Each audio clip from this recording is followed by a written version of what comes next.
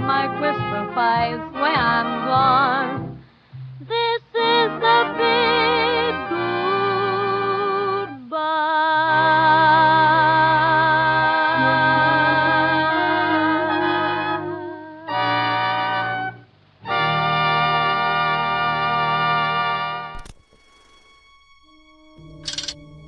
It was a hard EM storm by the station, by the nebula at station 823.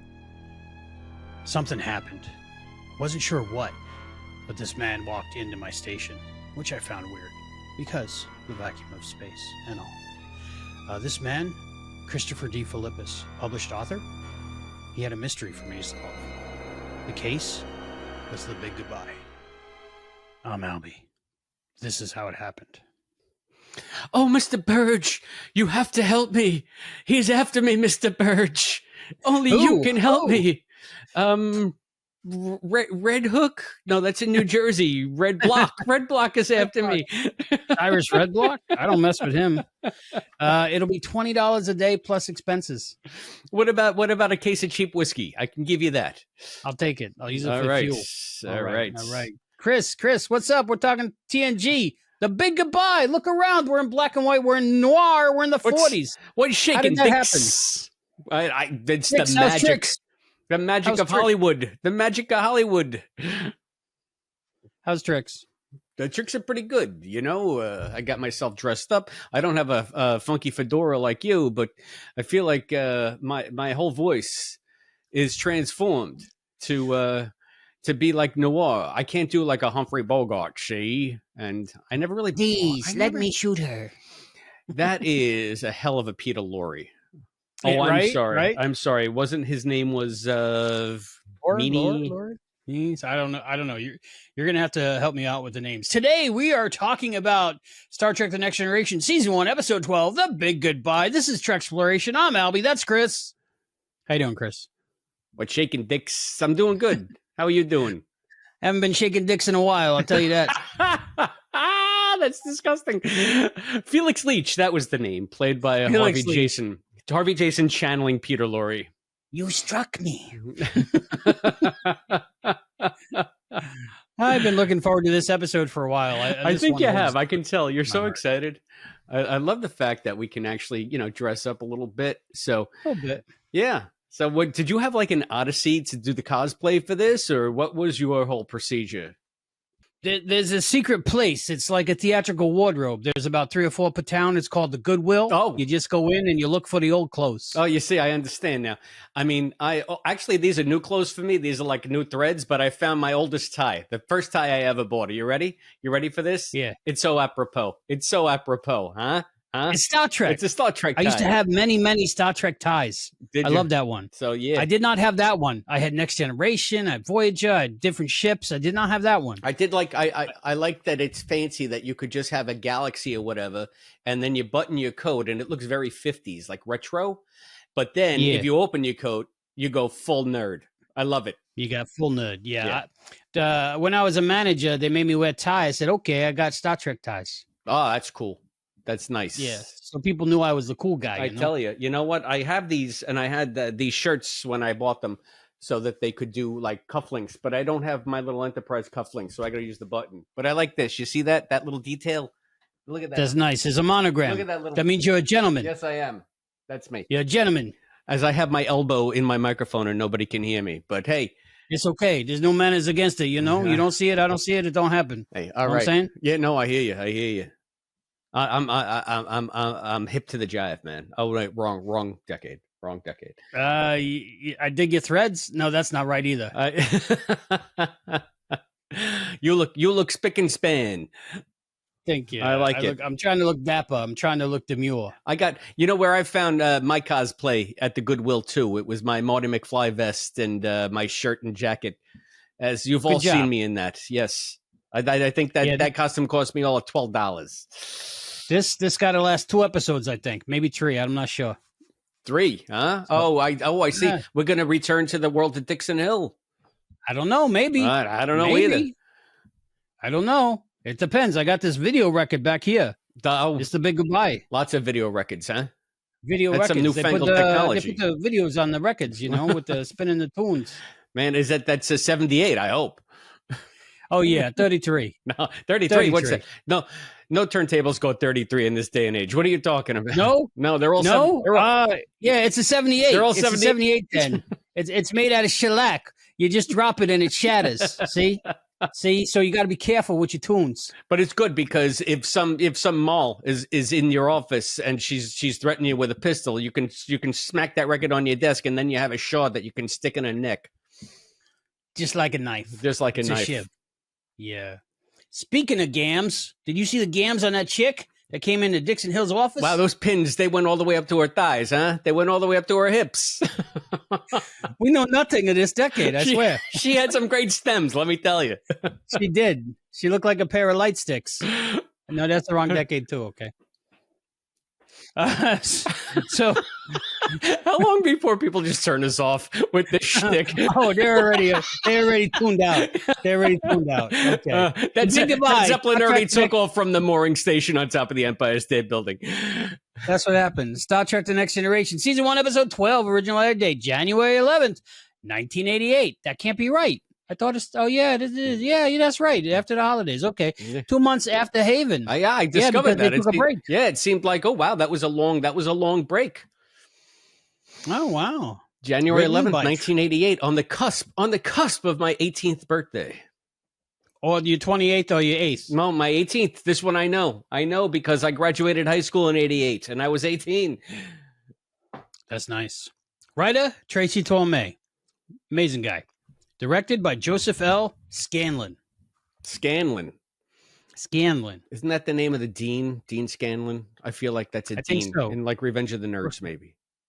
I was thinking Back to the Future. Scanlon. Toyota. Oh, no, Strickland is what I'm thinking. Strickland. You're a slack. Scanlon is the Toyota where you buy the truck for Marty McFly. You're a slacker, Dix. You're a slacker. You'll amount to nothing, Dix. Discipline. Remember this. Discipline.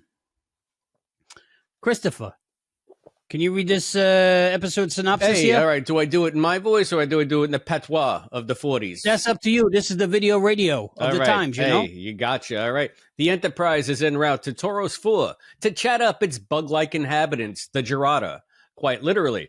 The prickly race insists that the Federation envoy address them in their insanely complicated language to open up negotiations. Enter Picard having a crash course with Troy on the greeting he must deliver, but Troy insists that Picard is pushing himself too hard and insists that he relax by taking the newly upgraded holodeck for a spin. Before you can say, computer, load program, Picard is swept away into a pulpy version of San Francisco in the 1940s to immerse himself in the world of the noirish private eye and childhood hero, Dixon Hill. He's so taken with his initial brush with this altered reality that he goes all in, trench coat, fedora, and all, bringing Beverly, Data, and ship historian Marla McGivers, I mean Dr. Whalen, to join the fun. Back on the bridge, the Enterprise is approaching Toros 4 when the Gerada bombards the ship with an intrusive sensor beam. The energy surge wreaks havoc on the holodeck program, which Picard and crew discover when their fantasy run-in with local crime boss Silas Redblock ends with Whalen being shot. For reals! With Whalen bleeding out and the crew unable to find the exit, Picard must stall for time as Geordi and Wesley frantically try to repair the malfunction, and Riker tries to keep the vital mission of establishing positive relations with the Gerada on track. This time, Dix, what's going? What Hitler's on the move, from what I hear. Why are we talking about this? We got to talk about Joe DiMaggio and the big war over there. Jolt and Joel. The London Kings. The London Kings. Hey, you know, 2026. I looked it up. The 56 game streak still stands. This is a wow. Yeah, this is a case where future history in Star Trek actually is still holding up. Kinda. It's not going to be broke for a year and a half. Like 4 years, 2 years, 26, 2026. You're right. London Kings. It's coming soon. Yeah, London Kings. Yeah. A shortstop for the London Kings does something. That damn You don't know. shortstop. Maybe it's Cisco's hero that shows up on DS9 with if Maybe it's the Bell Riots. That's coming up. The Bell Riots. We going? It's Bell Riots I don't know. first. London Kings second, right? Bell Riots first in the order. Yeah, Bell Riots next month, I think. Yeah. Are you ready for that? Are we going to go there? I'm going to go to Walk a sanctuary. around in uniform with some other Trekkies? Sanctuary just looking district. around, looking for Avery Brooks. What if Avery Brooks gets that costume and just walks around freak people out. He could do it. I just sorry. Just bump into Trekkies and go, are you here for the riots? It's about to start. We go, oh my God.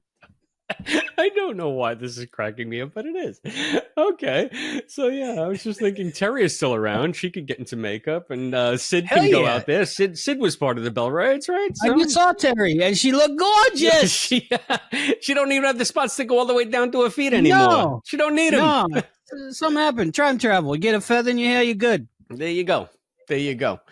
So, I tell you, First impressions, big goodbye. What do you think? Huh? What's up? What's up, Dix? I got to tell you, I didn't know anything about Dixon Hill. The first time I ever saw Dixon Hill was on the holodeck with Ensign Lynch for First Contact. There's our... What you did there, Ensign Lynch? He's back there somewhere, back there.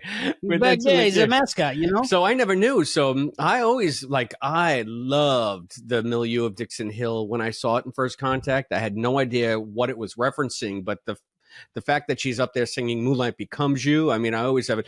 If I love you, I want you to know it's not just because there's moonlight, although I've tried to find that. But it doesn't seem to be on any soundtrack or extended soundtrack. It's not on the movie soundtrack, but Ooby Dooby is. Right? They got freaking Magic Ooby Carpet Ride Dooby. Why did they got Ooby Dooby and Magic Carpet Ride, but not Moonlight Becomes You? Because it's too I good. don't know. I need an expanded one. Right? I need an expanded I don't one. know. Where's that company that Come on. puts out expanded soundtracks? How about maybe Where Spotify? is it? Spotify does a lot of that kind of crap. Anyway. Spotify? I could extract it from the DTS. I could, but not the full song. Only what they got. So I tell you. So that being said, I loved that whole holodeck sequence in First Contact. And when I was rewatching the first season of Next Gen for the first time about a year ago, I had never seen The Big Goodbye. And I knew that it was a big hit with fans, but I have to tell you, I think it was delightful. I have some questions about it. I have some issues, but Too many questions. they're not real issues. I got a lot of questions, and you don't want to ask too many questions, especially when Cyrus Red Block is watching over you, Cyrus Red Block. Yeah. Civility. Always civility, gentlemen. So how about you? How about you, my friend? Your first impressions of The Big Goodbye. The Big Goodbye. I like when they say the title in the episode. I go, oh, he said it. He said it. He said it. That's that part of the episode where they say the title of the episode. I love it. Love it. What is that called? This got a name, right? You're an author. You know these things? No, I don't know those saying. Self-referential. Diegetic title? Non-diogenetic title? I don't even know. You seem to know more than I do. I don't know nothing. I keep my nose clean. I don't know nothing. You ask me something, I don't know nothing. Gotcha. You never heard of him. My favorite episode from season 1. It's really good. It's about 1940s noir. Before the episode, I wasn't into noir, but you know what? This got me into it. Just like Sherlock Holmes, just like classical music, just like so many things. After this, I went down a 40s rabbit hole. Did you? Now I love the 40s. What noir movie did you watch first? Because I got one to recommend if you haven't seen it. Maybe Maltese Falcon. Okay. That was one I went to because I could. There's so many, anything black and white that's noir on Turner Classic Movies. Yeah. Double Indemnity with Fred McMurray. You got to watch one. that. You can't be charged more than once. You can't be charged more than once for the same crime. Barbara Stanwyck. Yeah. They remade it many times too. So good stuff. Good stuff on that one. All the way down I the always line, like baby. old movies though. I always like old movies. Great episode. It's like a movie. It's a very good story. There's a lot of problems because it doesn't really quite gel with the rest of the Star Trek universe. Well, they were still figuring it out, Yeah, but it's so good. It's so good. You kind of don't look at it. You kind of just, you keep walking and you keep watching. Right. You keep your mouth shut. You keep your nose clean in my town. Yeah. I keep my nose clean. I there's so many things that quite don't add up, but I wrote them down. But it's like it doesn't matter. It's a good episode. It's a good story. It's good music. Yeah, very good music. It's a good. They got like it's a Harlem Nocturne takeoff with the lone trumpets, like you walk in the mean streets at night in the rain. Fantastic. It was good. Yeah, they really. You know what I know about the 40s? What do you know, about about the the 40s? 40s? What? It was cold back then. I got 7 layers on. I'm sweating like a hog, and they don't sweat. They don't sweat. Never. They never sweat under those hot lights. Yeah, that's what it is. I don't know why with so many layers of clothes. You got your undershirt, you got your dress shirt, you got your tie, you got your jacket, you got your raincoat. What's going on over there? Yeah, and then you got to put on the hat. And the hat. And then It's warm. right? And then you're out there, the streets are kind of balmy, and then you go into like a supermarket or a diner, like an all-night diner to get a cup of Joe, to get a cup of Java. Yeah, you're probably sweating all down your back from all these freaking clothes, and it's disgustingly warm. Everybody probably stinks, but they look good. And they got no splendor. They got no splendor. Splendor. They look good in the movies. Give me something without any sugar. Here you go. Here's a coffee. So my first impressions are I like it. It's one of my faves. I watch it many, many times just for funsies. Yeah, it's a very fun romp of an episode. But before we go all Trek Noir, let's tell people how they can reach us and tell us what they think of the big goodbye. You give them the info, but not too much info. You know what I'm saying? Well, they gotta, they're like this, like that. Just, exactly, exactly. So you can subscribe, like, and share. The main way you can do that is on our Patreon site, patreon.com/Treksploration. That's where our main hub of discussion is and where we try to concentrate all of our fan activity. You can also find us on our YouTube channel. You might be watching us now, but if you're listening, it's youtube.com/@Treksploration. You can hit us up on Instagram at Treksploration Pod. You can X us at Treksploration. Send us a good old-fashioned email, TreksPlorationPod@gmail.com. Call us on the phone, 707-847-6682. That's 707. That's Klondike 6682. Klondike 55555. 707-847-6682. Operator, get me Tennessee Junction. Or you can send us a fedora or a new tie or maybe a trench coat at P.O. Box 542, Bayport, New York, 11705. P.O. Box 542, Bayport, New York, 11705. And we need to thank our patrons, our current crew of intrepid Treksplorers. That includes our cadet, Listen Linda, our lieutenant commanders, Scott Seligman, Cosplay Dad, one of all, Fantasy Fan, and our illustrious captain, Captain Charles from Texas. Thank you, all of you, so much for your continued support. And thank everybody who's joined us on the Patreon site and here on the YouTube channel. We love all of you. Come see. You can be part of the in crowd, just rub the nose right there like that. And you can say, hey, I'll give you the wink. We'll invite you into the back room, the secret back room. I'll give you the nudge. We know things. We got the alcohol. You need, We got the juice. We got the juice that gone bad. That's what I'm saying. Prohibition has been over for like 10 years, but it's much more fun to drink like this, isn't it? Like it's still illicit. I got to look up my history then. Yeah. Okay. It's still much more. It's like, ooh, sexy times. It's a little dangerous. That's right. The danger. Yeah. So you carry my heater everywhere I go. Hey, you want to read some of the feedback we got? Because we heard from some of our Treksplorers regarding our last review of, it was not Hide and Q. No, it wasn't Hide and Q. I forgot to edit the thing. The feedback's not from Hide and Q. Haven. It's from Haven. Here, I'm editing it now. Okay, good. From Haven. We got feedback from Listen Linda. She says, "You ready for this?" I'm ready. A good first. What voice do I do it in? I don't know. No, you do. You. I think we're going to slip in and out the entire time. Episode with only a sprinkle of season 1 TNG cringe. They were still finding their way, but there's hints of the characters that would become down the road. Let me read this. You're so bad at this. I'm not good at this. That's why I have you. Otherwise, I'd be here by myself looking pretty. Listen, Linda writes regarding him. I'm looking pretty. You do, yeah. Pretty. You are the eye candy. I'm a handsome gentleman. Look at that hat. I'm a very, very handsome gentleman. I got civility. That is a snappy fedora.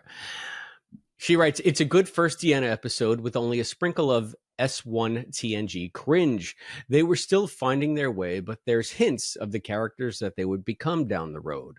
Like many episodes of season 1, it introduced lots of great opportunities for future storytelling that we never heard from again, namely the plague ship. What happened to them? Any mention in canon or in books? You would know better than I, Albie, if they've ever readdressed this whole plague ship situation. I have not read that one. We should, but is there one? We don't even know. We should look on Memory Beta, but I was too lazy to look That's on the place Memory to go. Beta. Memory Beta shows like all of the other stuff, like the licensed stuff and the Apocrypha that's not on screen, basically. It'd be a boring book. He's administering medical attention to the same 7 people All the time. Yeah, you know, Yeah. and he's Some of starting them die. He's starting to dream about Deanna now that he's tired of the other one. That blonde Ends chick. with them having a baby, and it's immune probably. I So tell you. there you go. Yeah, hopefully, listen, Linda, we just solved it for you. What do you think? Sound good? At least the baby won't die, right? So we also got another feedback from a good friend of the show, Fandom Entanglement, wrote us on the YouTube channel. That is our good friend Damon Sugamelli. Damon, yeah, I love him. He's a good guy. We're going to go to Disney World one day together. The families. Hey, that's We're nice. going to get the families together, you know? You guys, unfortunately, got to win the Super Bowl first, but I'm rooting for you. So, yeah, Damon also guest hosted once with Matt and me on the Quantum Leap podcast. So Yeah. longtime And I was friend on of- his longtime friend of, Sliders show. Baron Check it out. Space. Check it out. Oh, Sliders. Sliders show. Sliders. So Damon writes, I forgot about Robert Nepper. I forgot who Robert Nepper was in the episode. Which one? Anyway, he played Samuel Sullivan in the final season of Heroes, and he's a great actor, says Damon. Robert Nepper. I don't remember which one he was. Now we got to look it up. Yeah, we got to go back to the old rundown, and they'll tell us which one it is. There you go. He's saying that he was in the final season of Heroes. I never made it past the second season of Heroes. I watched it all because you saved the cheerleader, you saved the world. You know what I'm saying? Yeah. It was one of the few stronger aspects of that volume, is what Damon says. So Robert Nepper brings some cred back to Heroes, apparently. And it has Spock in it. It has Spock in it. Oh, that's right. That's true. But it's fake Spock. It's fake angry Spock. He's a pretty good Spock. I'll give him that. We'll agree to disagree. He's one of the top 3 Spocks. Well, that's not saying anything. He has always understood, this is what Damon said, I guess because I didn't know how to say Beta Z, Betazoid, whatever. David writes, I've always understood Beta Z to be the name of the planet. Betazoids are the native beings that live on Beta Z. So you're a Betazoid from Beta Z. That's how I think he's right. I think he's right. Listening back, that's what I thought too. So I'll go with that. Yeah. We got Damon as the final word on that. Even if he's wrong, that's how we're saying it on this show from now on. Damon's Any listening. episode. Hey, Damon. What's up? Hey, Damon. Any episode with Magil as Lawaxana is a plus in my book. She just has such a presence on screen. And of course, Tracy Torme. Say what you will about Sliders. But I feel he has a style of writing that just makes even the most absurd plot lines work, even somehow if they're a bit thin. And that has to be a skill you have, especially when you're writing for Sliders, I must say. Thin plot lines. Okay. Great discussion as always. Thanks, guys. Damon. So thank you, Damon. Yeah, check out his Sliders podcast. Love it, love it, love it. Yeah. So we love to hear from you guys. We'd love to hear your feedback on our feedback. Thank you, Listen Linda. Thank you, Damon. Everybody, feel free. So we got some telegrams, is what you're saying. Yeah, so we got to they just sent the wire. They sent the wire over. We got to go supposed get to say stop because they didn't invent the period yet. Stop. But continue. Send in those telegrams. And Christopher, how can they send us telegrams? I don't even know. Do they do that? I already did. I did that part already. Yeah, but do we got a telegram address? How does that work? You got to go. You got to send out smoke signals. You got to light your campfire, and you got to put your blanket over it and send it in the air. We got modern technology, like weren't they doing that in the 40s and horses? I don't got my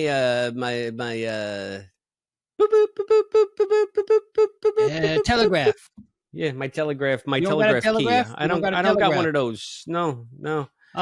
Something you do have is radios. This episode had radios. Did you do any research? Tell me about it. We didn't have time. Are you kidding? I watched this like 2 minutes before. If I had a guess, though, there's a radio on Hill's. I guess it's the auto office. I guess that's what the secretary listens to before she leaves for work. Is that Trix? Is that what they're talking about? Trixie, yeah, how's Trix? She's good. Okay. So Dix's Tricks. If I had to guess, that radio on top was either an RCA or a Philco. It was like the little tabletop set, but it was made of wood, so it's probably not anachronistic because radios were made of wood back in the 40s and the 30s. They weren't really doing plastic back then yet. Or Bakelite. No Bakelite. When was Bakelite invented? In the future? That's like more in the 50s. That's more of a 50s thing, the Bakelite thing. Got you. I mean, I think there are some late 40s Bakelite sets, but that's more of a 50s thing. And then he had had a console. It was a big console in his office. You could see when Data's talking about it, everybody being a fraud, a sham, the whatever. It's right behind them. If I had to guess, I would say that that's probably a Philco. Nice. What about the one in the police station? Was that a radio? I didn't see it. You got to show a picture of it. I don't know. I didn't see it. Yeah, I don't blame you. It took me like the 4th time because I kept looking at Beverly in the same shot. I'm telling you, there was a lot going on in there. Not just about Beverly. gams. That doctor had gams. Some of the guest stars in there too were drawing my attention as well. Yeah, that one guy. I know that guy from everything.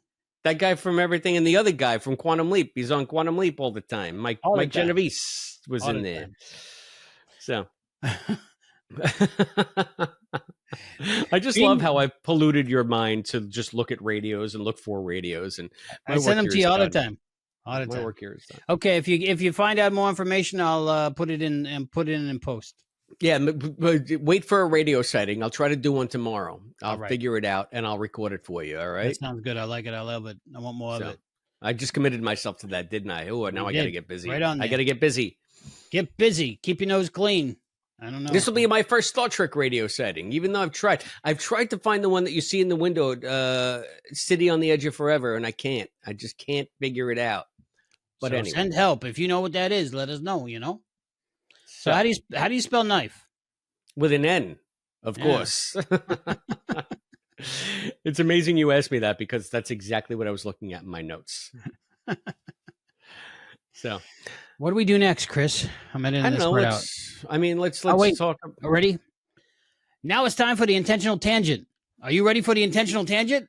What's your intentional tangent this time? I saw you in real life a couple days ago.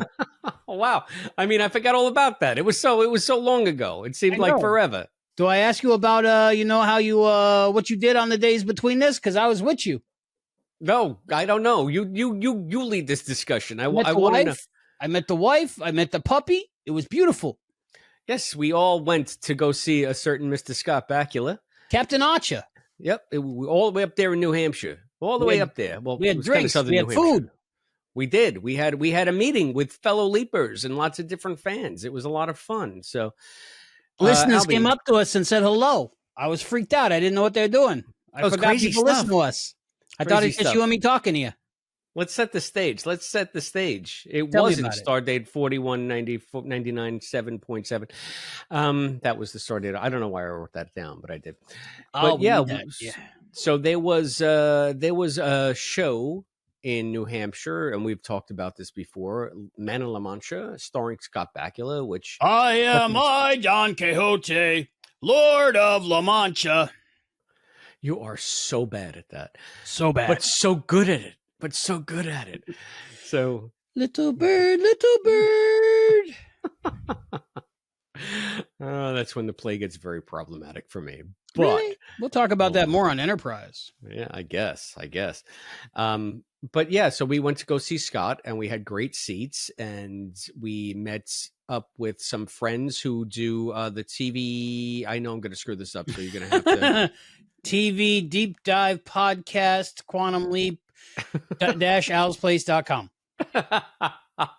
Yeah, so we met with Brian Green, the founder of Owl's Place, and I feel like the standard bearer for all Quantum Leap fandom. Brian was there with Stacy and Dave from the TV Talk podcast, and deep diving with that. And Stacy's husband was there as well. It was nice to meet all of them. Adam, woo! He's a Trekkie. He's going to be listening to the show soon, watching the show.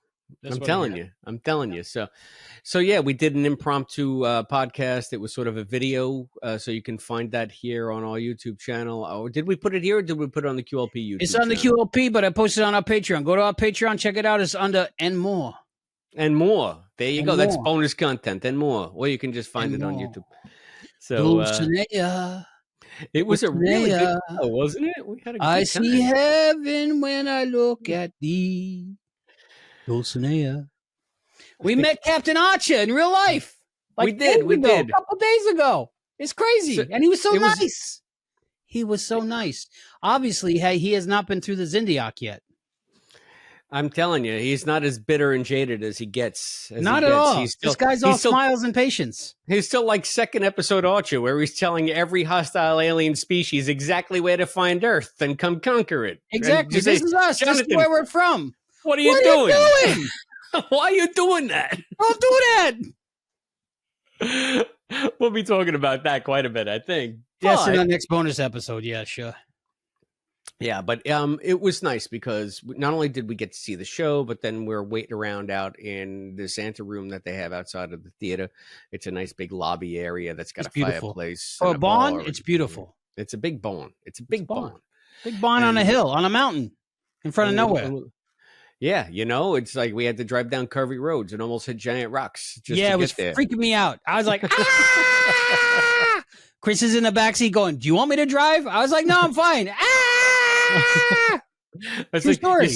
You were starting to work on my last good nerve with that. I think you were doing it just for Rennie's benefit, though. But mostly, I like to entertain the girl. I like to entertain the girl. And then I realized, I've never seen rocks that big. I mean, you got to get out of Florida, man. There's more to life. I am. Oh, I love driving. I went to, we were in, where were we? What state? New Hampshire. And then I went to Vermont just because the sign said Vermont that way. I was like, okay. Mm-hmm. So I went to Vermont and then we went to Massachusetts just because it's all in the same area. So we're driving up and down mountains in the fog. We ended up in Dublin. We were so high. There was smoke everywhere and we were in Dublin. You might not want to say it that way when you were driving with your 11-year-old daughter. So maybe put some context with that. Altitude. We drove up a mountain. We went up a hill and came down a mountain.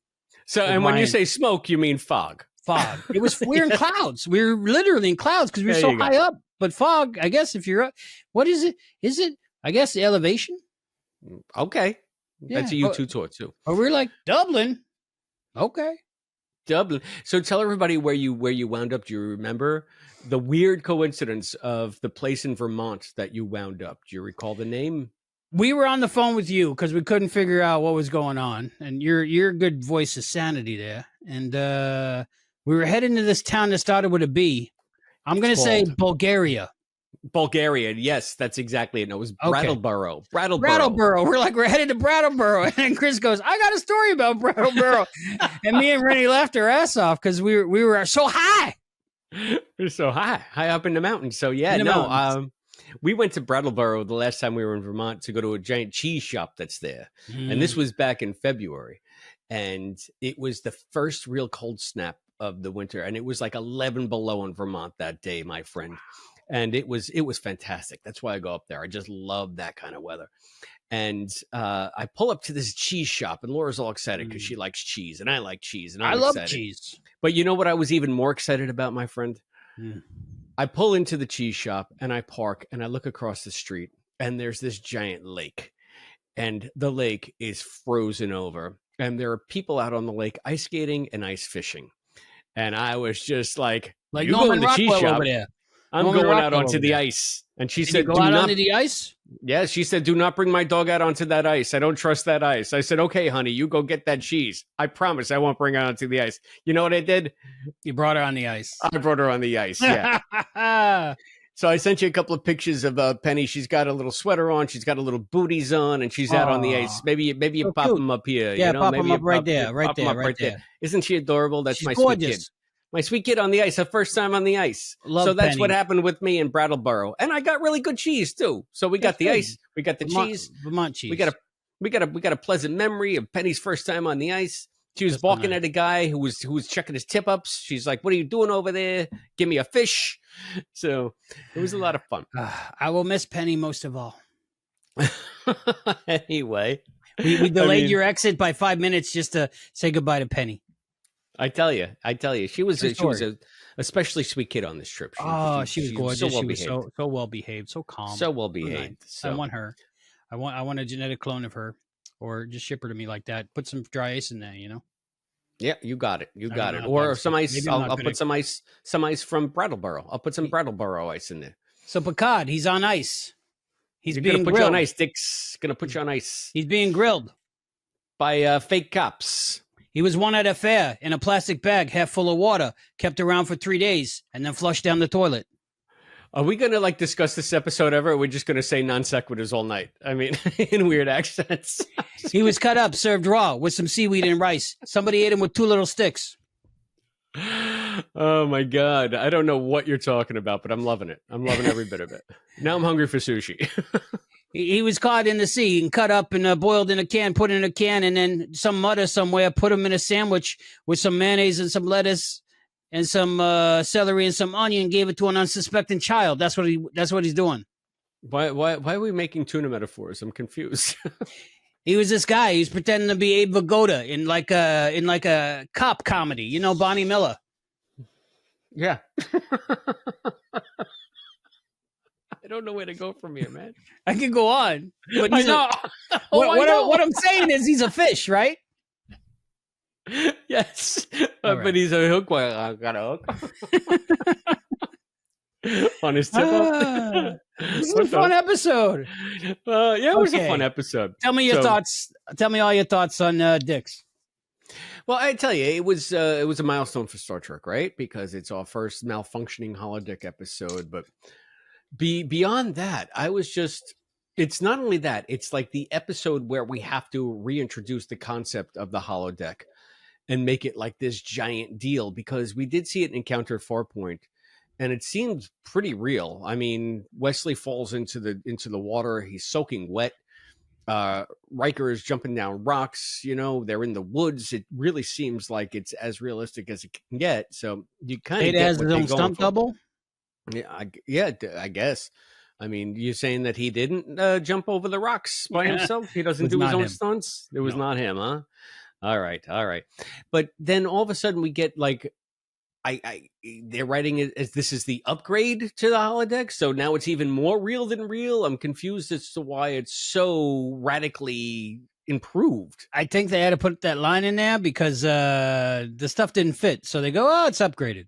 Because in Encounter at Farpoint, they knows exactly where the walls are. He can adjust things. He can throw it with a rock. He can go someplace. This one, I can't see the door. I thought that they couldn't be. I thought that was because of the probe screwing things up. So I could buy that. Could be either.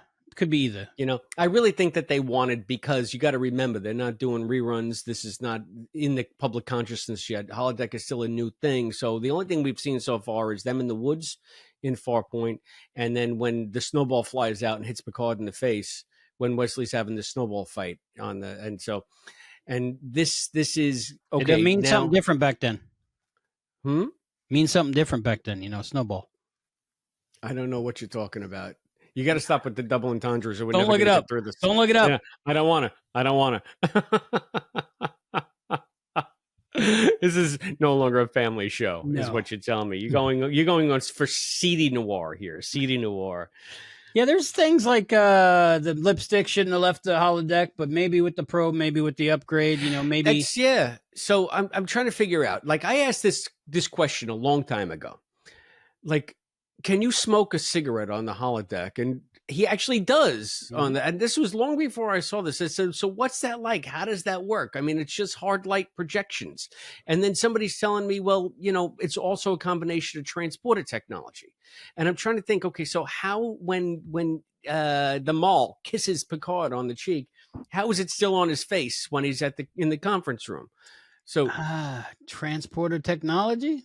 did they transport lipstick onto his face just for effect, or That was the upgrade, right? is there something like they can't do it otherwise? It wouldn't stick to your skin. They'd have to keep the holographic representation on your skin. But then it which would is go hard off when to you do.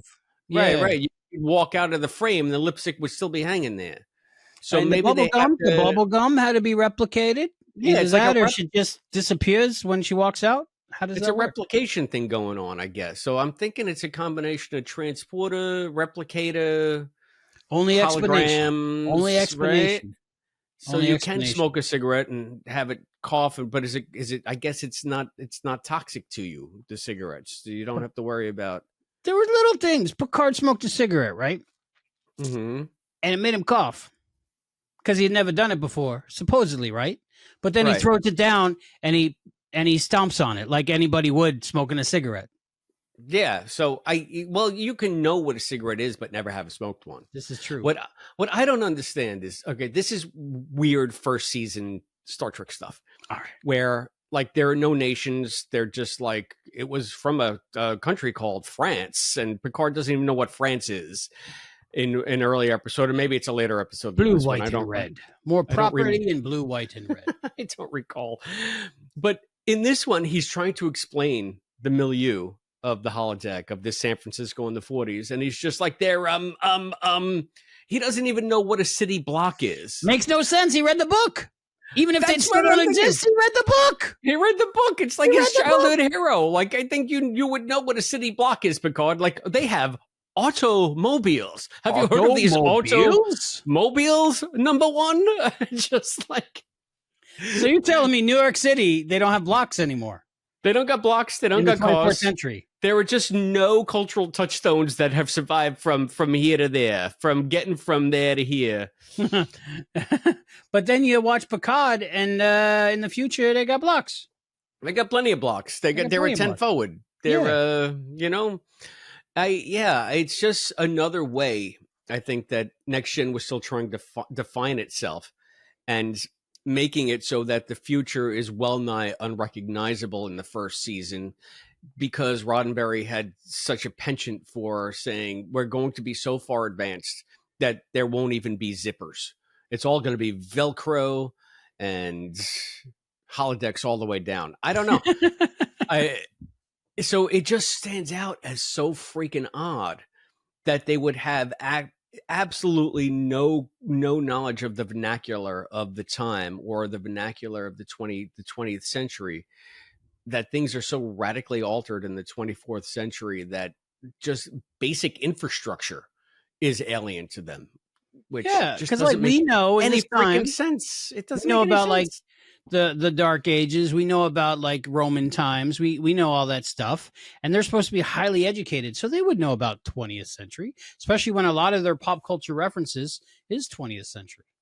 Yeah, I mean, they're talking about Sherlock Holmes all the time. Mm-hmm. They're talking about Shakespeare. Got to be city all the blocks time. in Sherlock Holmes, right? Yeah, I mean, I'm you're thinking the most famous one, the first story in the collected works where he's walking down the street. Yeah, I mean, it's the late Victorian era. There's gas lamps and streets, and none of our media survived. None of our media survived. They're not watching old movies like an Enterprise. I mean, Tom is working on his car in the 50s in the driveway in Voyager, right? Young James T. Kirk drives off a cliff. Yeah, I tell you, saying? With the Nokia theme is still there, so why not city blocks? Yeah. Greg Grunberg's on the radio, saying, "Bring that car back here. Bring it back. You're going to be in so much trouble, Jimmy Kirk." But that made no sense. But yeah, it could just be Picard is a little slow. That's what I'm going to say. He's a little slow. Maybe he's overwhelmed. I don't know. He read those books a long time ago. He was a boy. Maybe he's just so excited, but nobody else seemed to know what he's talking about either. So I don't know. My favorite part of that is, he asked Beverly out. At least she thought so. Yeah, for sure. I mean, I love the fact that they get Gates involved and that she gets to play dress up too. I feel like Marina was left out, but they rectify that in later holodeck episodes when they're all dressed up and all doing their own thing. So I am the goddess of empathy. Why does only Picard get to have fun being Robin Hood? We should all be Robin Hood, right? So he's being grilled. But I really liked. Did you like that part? I mean, it looked like Picard was asking Beverly out, and Beverly's kind of thought about it, looked him up and down, and said, "Yeah, let's do this." Sounds good to me. And then he goes and invites McGivers. Right? I mean, go or stay, but do it because that is what you wish to do. I really got much more chemistry and just the raw sexuality between these two characters. I'm saying than we've ever seen before, or in my experience since. I mean, this comes back here and there.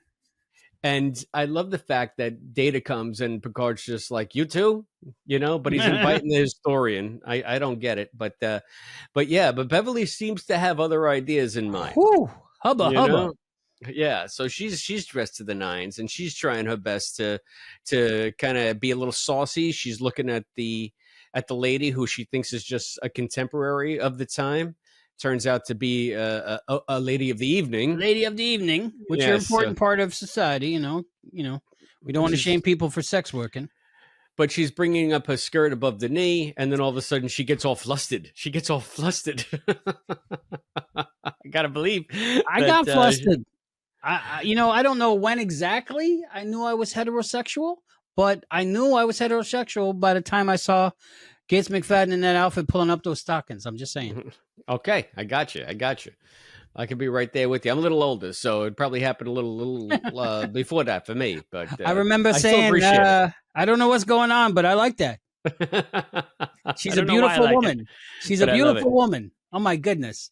They made action figures of all these people from The Big Goodbye. They got Big Goodbye action figures. Yeah, don't have them. I never rebought them. When I find them one day. When you'll find them one day. But they got Beverly. That's like my holy grail. And it's not a rare, but I just don't have it yet. Okay. Well, you'll get it. I know you. You'll find it a lot on eBay someday.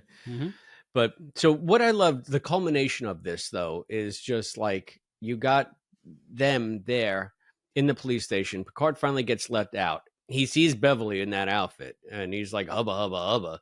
And she sees him in the trench coat and the hat, and she's like, woo, woo, woo, woo, woo. And they're like, hey, we should probably get back to the Enterprise but we have time to see my office, don't we? Don't we? And she's like, damn Skippy, we got time to see your office, Jean-Luc. Heck yeah. Yeah, dicks. Something good's going to happen. And then all of a sudden, Mr. MacGyver's totally cockblocks him. Cockblocker! That's what I wrote down. Cockblocker! But did you see? Because the look on their face was just like, why did we invite these assholes? More so Beverly, if you notice. Yeah, I think that they both were, though. I mean, Picard didn't know what was going on originally in the observation lounge. Is that what it's called? Right. Yeah. I guess, or in the conference room. He kind of didn't know what was going on, so he, because he's a virgin at this point. I feel like it. It's just like, do you have any worldly? No. I mean, you never got off that. No Riz. He's got no Riz. He's got no Riz. He went from being imprisoned by the bully brother on the vineyard to going right straight edge Starfleet Academy. And all of a sudden, I guess you got to think like maybe. But in that time travel episode, he has some fun. Tapestry, yeah, but it never happened in the original history. Oh, that's right. As Al would say. But right now, he's a virgin, I think, because he don't know what's going on. We're still before looked him that. up and down like that, and then he invited other people. He's an idiot. Right? He's a goon. He's a galak. I'm telling you, he's a schmuck. Exactly. That's what I'm saying. I wanted to keep it clean for the little children, But by the time they're in the holodeck, he knows what's up. Yeah, he finally gets it. And then the guy he invited and Data cockblock him totally. I don't know. Picard's a smart man. He should have said something like, well, you guys go check this thing. Give me about an hour. Yeah, do some reconnaissance on this red block guy. Yeah. Find out about the London Kings. But yeah, I love that. That is a classic. That's a classic. Yeah, I had that happen to me once in real life. General manager of a restaurant, and then the host guy goes, "I'll go with you guys," and I was like, oh. "You son of a bitch!" And it totally didn't happen, but it would have happened. But this is so. Are Picard and Crusher? Do they ever consummate? Because I've had a theory. Seeing different scenes, I'm convinced, and we'll get this as we go later. I'm convinced that Picard and Guinan are totally boning. 100%. Yeah. They never say it outright, but they share looks that are known. Yeah. Yes. So I'm thinking that Picard and Crusher, there's got to be some kind of culmination here. I mean, we know later, that Jack is born. Yeah. But did it ever happen beforehand, or? Well, they got married. No, but I mean, like, so what about in the context of TNG the series? And then I remember there's an episode coming up where they can read each other's minds. Attached, but that's like season 6, right? And then she said, "Why didn't you ever tell me that you were in love with me?" And he's like, "You were Jack's wife, so I can't. You're his property, don't you know?" Something like that. Yeah. So how could I? Yeah. And that was, but after he's dead, a couple 3 years. You could tell her, I think, right? So, but that 3 years. implies that they never consummated it. I don't think they did. Not until after. Right? Not until we didn't get to see that part of it. They went from the poker game and all good things to Picard, being a douche on his vineyard. And we didn't get to see all the sexy times in between. In the movies, there's no sexy times. In the books, there's sexy times. Read Q are cordially invited. It's short, it's quick, it's beautiful. If you like the relationship, it's good. It sounds like what they would have done in his office had they had the chance. The chance. Short, quick, and beautiful. So, what I'm saying is McGivers had it coming to him. Uh-huh. That son of a bitch. That son of a bitch. Beverly was just like 20 minutes too late. I love that. He gets shot. Beverly's like... I have to say, I did like the fact that to them, this was all just a play. Yeah. And I like the fact that the holodeck seems to be cognizant. It's like this fuzzy AI that can react to what's in front of it and then incorporate that into the story so that even if you're intentionally trying to break the fourth wall, the holodeck doesn't do that. It incorporates it, until it doesn't, when it's convenient for the plot of the overall episode and they convince Red Hook that there's an outside world. So, but computer, I don't know this word. Yeah. I have some questions. Questions. I know that they were working out how the holodeck works still here. Mm-hmm. I mean, the biggest thing is that we already saw a snowball fly out of the door and hit Picard.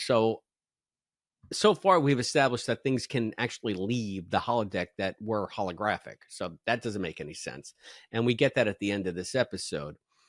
But here's where I get an issue. Like, Picard just leaves the program. He doesn't say computer end program. He doesn't say computer freeze program. He just says computer door. They didn't even say arch at this point. Door. Exit. And he leaves. But the program still goes on without him there. The guy, the cop who's looking for him, knocks on the door and walks in, and Dix ain't there. And he's confused. I think that was the Weasley guy, the lore guy. What is his name? No, I don't think it was him. I think it was the sergeant from the police station that was going to bring him the bottle of hooch. Anyway, it doesn't make a difference who it was. Well, that's what bothers me, because at the end he says save current settings, and Majel says current settings saved, right?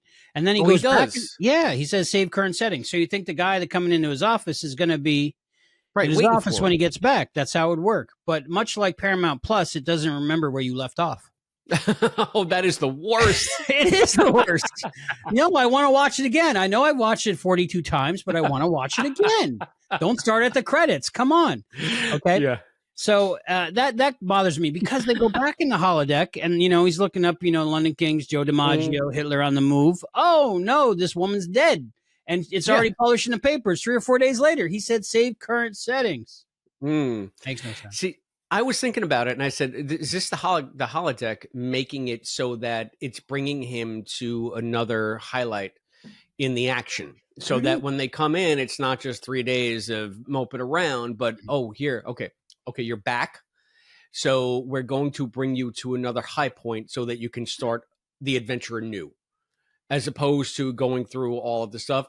It's also very convenient for the flow of the episode, but I'm trying to do it in universe. So why would the holodeck fast forward to this point? I would say it's a chapter in the book thing, and it's a level in the game thing. Right, exactly. So you want to be on a place where you can embark on something new, some juicy mystery or whatever. And maybe he did save current settings, but when he reloaded to the next chapter.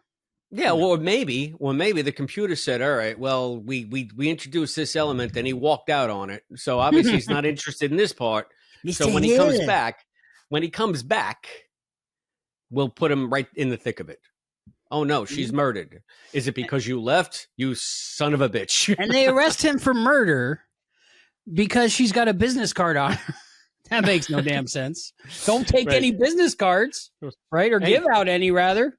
Keep your nose clean when you're in my town, Dix. So you from South America. That's where he was from. Can't you tell? I love that guy. I love the newspaper guy. He was good. I feel like he was in Quantum Leap too. I'm sure. Yeah, he's been in everything. He's been in a lot of stuff. Yeah. Like, so I think he was in Play It Again Seymour. Yeah. Another reason Picard, I think, is a virgin. The upgraded holodeck. This woman kisses him, and he leaves. Not everybody does on the holodeck what you would do on the holodeck. Okay. I would stay. I'm saying. No, you would. This woman's not my type, but she's kissing me. I'll give it a try. You know, in your case, stay is a true four-letter word. You know what I'm saying? He didn't know what Halloween was. What's that about? Hey, if they don't have city blocks, they certainly don't have pagan rituals. It's the enlightened future, you know? But he was wearing a costume, you know? So this war coming up right before First Contact Day, it's got to be really bad. Yeah, it's got to be terrible. I don't know. They get rid of Halloween. They get rid of automobiles. They get rid of city blocks. Yeah, it's well nigh unrecognizable to anything that we can, unless you want to talk about Shakespeare. Or There's no city blocks in Shakespeare. I haven't read the complete Shakespeare, but there's got to be a block. The Merchant of Venice. I mean, Venice had some city blocks. Right? Oh, well, they didn't have roads, right? They just had waterways. Yeah, so I'm not sure if Venice was completely underwater back then. Yeah, it works. Anyway, yeah, it's just so silly. But it's interesting to me because it kind of makes me think of them leaving Vic on all the time towards the end of DS9, making that his program never goes off because, you know, is he sentient? Is he not? What's going on? They even ask O'Brien, and he's like, I'm not a philosopher. I don't care if he's sentient. He's Vic, you know? And the guy at the end, we shouldn't say the guy. We should actually like read the character. Oh, yeah. names, He was right? the chief of police, right? He was the guy that was his buddy that was bringing the bottle of hooch. Bell, William Boyd playing Dan Bell. That was a good written scene by Tracy Tormenta. And I feel like Tracy Tormenta is setting us up to have actual, you know, thorny issues with the holodeck. And then they completely take all that away because he's like, when you leave, what happens to me? Do I have a wife and kids still? Am I fake? Because he saw Red Block go outside and, you know, disperse into nothingness. Ooh. Cyrus Red Block. Yeah. So, I mean, are they trying to make a bigger statement here about the moral gray areas, about this might be the genesis of that whole thing. One thing on the topic, one episode on the topic was spirit folk. I can't never say folk right. In Voyager, some of the characters gain sentience, and or at least they're aware, because they do leave the town on all the time, and that is called, what is that called? Fairhaven. They leave Fairhaven on all the time, so you know they start to evolve the holograms. Oh, they do? They leave it on all the time? Yeah, and there's a parameter in the holodeck that stops them from gaining sentience. So it's weird, and it's a moral mystery. Our friend Allison made a whole video on spirit folk, and she brings that up and talks about. Oh, okay. So you should watch that on Movie Nights, the series, right here on YouTube. Allison Pregler. Just type it in on your telegraph machine, connected to your typewriter, and there you go. Then you'll see what a real successful YouTube channel is like. Yeah, she talks about it, and basically she says it's effed up that they can gain sentience, but they like keep them a collar on them. You know, They don't let them.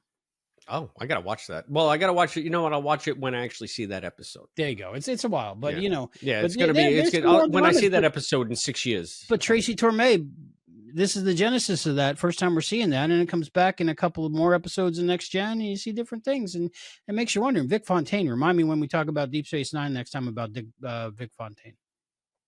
Dick Fontaine. Dick's House Tricks. Vic Fontaine. Yeah, I mean, we're not going to get to Vic in a long time. But Deep Space Nine, I'll tell you a story. Okay, all right, sounds like a plan. What did you think of Data in this? Data is obviously having a ball, even though he has no emotions. He's completely mimicking. He's mimicking emotions in this, I guess, to complete the. He's having a great time. He's in character. He can do other characters perfectly well, just like people would. Except normal Data, normal human. He can't do normal human. He can't do normal human. He can. He's so good at this. Was he doing contractions when he was speaking in the patois? Was he doing can't and won't and don't? Not sure. We got to watch again to see that. Grilled. Got to watch it again. I tell you, he He's does being use pulled out of a contractions. screen by a bat. It's in his bad's mouth. He's a fish. Again, what is it with you and fish with this episode? I'm so lost. I'm at sea, one might say. There, see, I brought it right home. I brought it right home, being man. pulled out of a river, and then they take the eggs and they squirt it in a bucket, and then they let the fish go again. You know, he's a fish.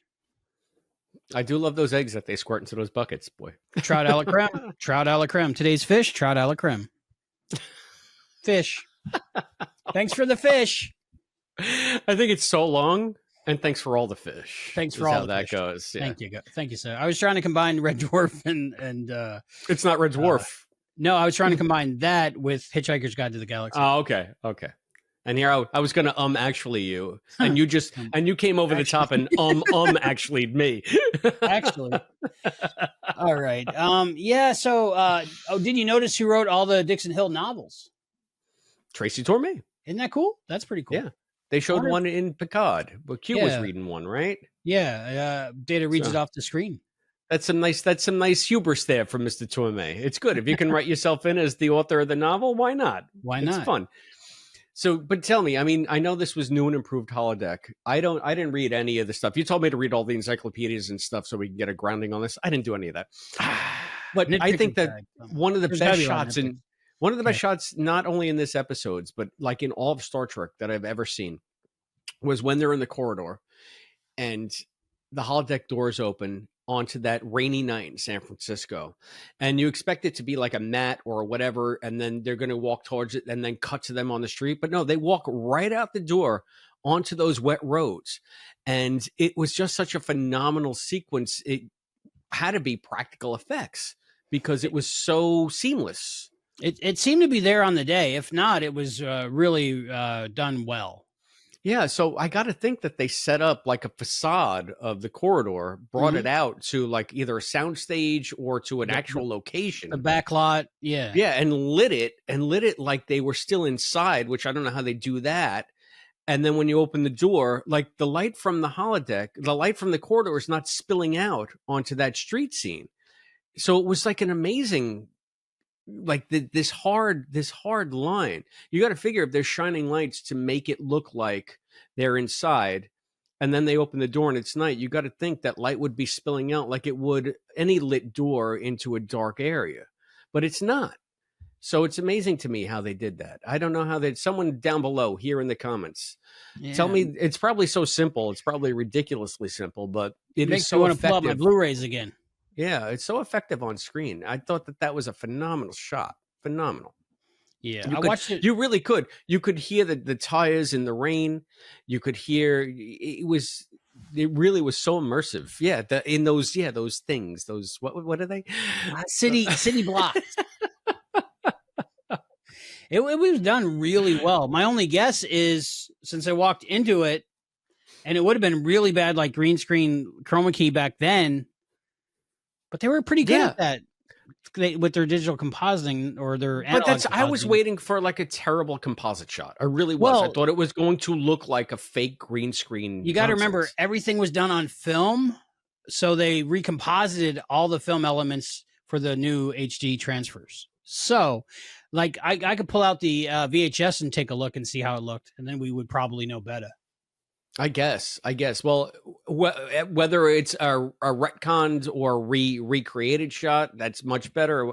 However they did it for the way it's streaming on Paramount Plus, that's the preferred way to watch it. I gotta think. Yeah, I got it on Laserdisc, but that one's not open, so I'm gonna leave it closed. No, you don't open that. You'll destroy its collectible value. Exactly. It's for the next guy after they donate all my crap. Yeah. But I watched it on Blu-ray the first time, and then I watched it on Paramount Plus the second time. Gotcha. How are the Blu-rays? How do the Blu-rays compare? They sound so much better than the streaming. I keep forgetting, and then when I turn it on, my surround sounds like whoosh whoosh. So yeah. From now on, if I have a choice and I'm not like pressed for time, I'm going to pull out the Blu-rays. Cool. Yeah, I got to get a Blu-ray player. I don't know. But then I would have to get Blu-rays, and then I would have to get physical media. And the only physical media I like is that kind right there, back behind me. All you got to do is check your stoop. That's all you got to do. You say something out loud to the universe, and then check your stoop. Yeah. Oh my God, I still got that chair in the garage. I haven't even put it together yet. Your wife is going to be like, "Why'd you give him our address? Sending stuff to the stoop. What is this box?" No, they're just like she's excited as I am. She's like, "You got a box? What is it?" I don't know. Oh, that's cool. That's cool. It's probably from something I said at 2:00 in the morning on an errant tangent that Albie and I did that I don't even remember. I can't peel hard-boiled eggs well, and then all of a sudden this box shows up. He was talking about fish last time. I'm afraid of what's coming onto my stoop next. There was so much fog and smoke in this episode. That was one of the biggest continuity errors of the whole thing. The fog and the smoke never matched up. I didn't even notice. The lady of the evening, right? She's smoking and she got this smoke cloud and then gone from the other angle. There's a lot of fog on the set, and like sometimes in the interrogation it's foggy and then it's clear and it's foggy. But back then, low def, you don't know, don't care. Move on. I didn't notice. I didn't notice. I was too busy looking at the beautiful clothes. And there was gams. So this lady, you know how every noir movie starts out with a lady coming to the office and she's got something, right? And not my type, which was weird. Well, it's a good thing she was only on for about 4.5 seconds. Mm-hmm. You didn't have to suffer that long. I mean, hey, what are you going to do? I watched Double Indemnity and I'm like, Barbara Stanwyck, not my type. She just ain't that good looking. But hey, she was it. She was the it girl back then. So maybe they got it more right than you thought. Yeah, it's period accurate. Yeah, exactly. Yeah, they're not going to have Jerry Ryan looking lady in the 40s, I don't think. Oh, but they did do that, and she looked fantastic. Don't you remember? She was like singing in the cabaret as like a freedom fighter. Even I remember that episode. Yeah, that was a good one. Her hair is all up and swooped, and I got to think of the title. End game? No, some kind of game. Omega Particle Game. No, it's the Unimatrix 1. I'll shout it out when I remember. I'm just saying words now. Yeah, she was singing. She looked good. So my biggest disappointment about this episode, the stuff that takes place in the 40s in the holodeck, in a noir story, should have been, like us, black and white. I'm just saying. I did read a little bit on the Wikipedia when I was just getting the character names, like the guest cast. That's how I get it, just behind the scenes. What I'll do is I'll go to Wikipedia. I don't really read the entry because I don't want it to affect how I write my synopsis. So I just get the guest cast and I leave it. But after I'd written my synopsis and I was looking at some stuff, I understand that Tracy Torme requested that all of the noir stuff be shot in black and white. And Gene Roddenberry shot him down. Or maybe it was Rick Berman that shot him down. I think it was Berman. Braga Berman. Yeah. But I think Berman was he was running the show then. It was Berman. The Killing Game Part 1 and 2. Okay, there you go. And it's I gotta tell you, I just gotta find it. They did all of the Captain Proton stuff in black and white. And yeah, so at least Captain Proton wasn't derivative. It would have been if this was black and white. But now that do you wish it was in black and white? I'm just asking. No, you know why, and I'll tell you why. Yeah, I know. Yeah, to take away my noir card. I'm sorry. I always try to imagine. And it's just something from watching. I watch a lot of movies from the 30s and the 40s. Me too. I love that. I got to imagine what kind of colors were they wearing. You know that it always looks gray, and you got to think that they weren't wearing just shades of gray. They were, especially like you look at Nick and Nora. Like you think that Myrna Loy was wearing. What the are you saying? The episode Shades of Grey, the clip episode of Next Gen. Riker keeps screaming every 2 minutes. Data, something's coming. They play that clip like 72 times in 44 minutes. Shades of Grey. I think I saw that one. I think I saw it. Okay. Anyway, Shades of Grey. Oh, now sorry I to interrupt you, my friend. Okay. Usually I keep my nose clean, and usually I'm respectful. Usually I have civility. I gotta think they wore a lot of bright gay colors, and I always have trouble. Like picturing it. So I get where you want sort of that gritty black and white, those stark angles, those stark contrasts, the noir. But I had a lot of fun seeing it in color because it brings more depth and more realism to that world. It makes it less like a pretend thing and more like a slice of real life. I don't know. Is that no, not for you?